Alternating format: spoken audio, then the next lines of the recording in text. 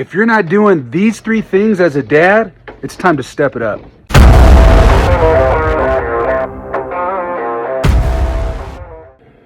What's up, Conquerors? Hey, today we're talking about a pretty serious topic, and that's fatherhood.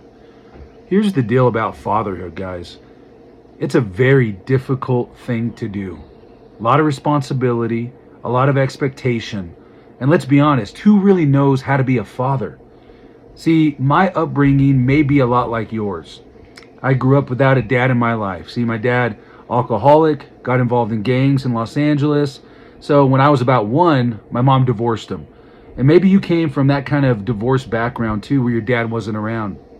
All that to say, the crazy thing is I never realized that I didn't have a dad until probably the 7th grade.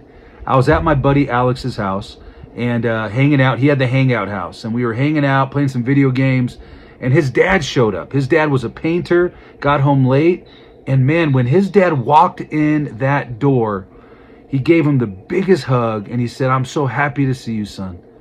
And my heart sank. I realized in that moment, where's my dad? See, fatherhood is so crucial.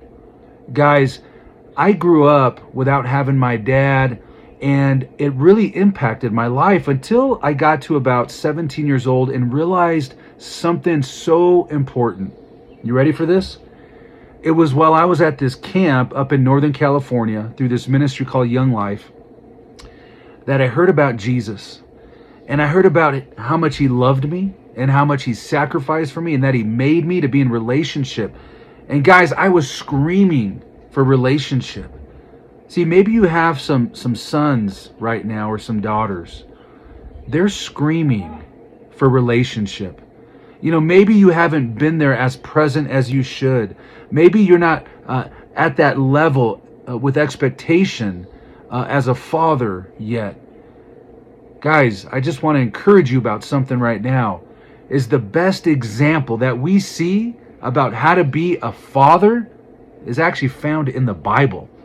It's found in the relationship between Jesus and the Father.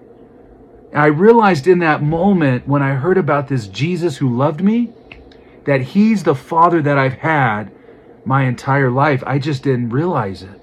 Guys, everything that I know about being a dad came not from my own earthly dad, but it actually came from the Bible and the teachings of Jesus. Now, here's the thing. My dad's been in and out of my life. I've tried to maintain and build a relationship with him, but it's never going to be a father-son relationship. But here's the thing that's crucial. Maybe you didn't have the perfect situation because no one actually does. There's no such thing as a perfect father-son relationship. But we can learn so much by the bad examples that we got. We can choose and we can decide to be different than what we experienced. And here's the thing. Your dad didn't have to be out of the house for you to feel abandoned. It's possible that your dad was in the house, but he didn't give you that love and that attention that you needed. He didn't show you how to be a man. Guys, we men, we've got it so wrong so often. And that's why for me, looking at the example of Jesus is the most important example. I mean, Jesus literally showed how to sacrificially love people. He was selfless when so many people are selfish.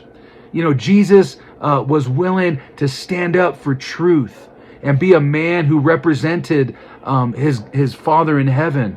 This is where dads need to step it up, including myself. Guys, I've got 3 sons, and I was so blessed during Father's Day.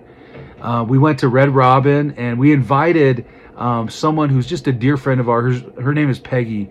And we got to Red Robin. And as we're sitting there, Peggy asked my sons, I got 3 sons, Joshua, Josiah, Jesse. At the time of this filming, they're 13, 11, and 9. And she said, and it shocked me. She went around and she asked my boys, "What's the most favorite thing that you like about your dad?" And I was like, wow, this is interesting. I didn't expect this. And my first son, Joey, said, "I like that my dad never gives up." Dude, I wanted to cry, but I held it together. I like that my dad never gives up. Man. And then she went to my second son, Jesse, my youngest, and says, what do you like about your dad the most? And he said, I like that when my dad says he's going to do something, he does it. Guys, by this point, my eyes are watering. And then she asks my oldest son, my firstborn son, the son that made me a dad, Joshua. And she asked him, what do you like the best about your dad? And he says, whenever we want to do something, my dad always makes time for me. Men, here's the deal.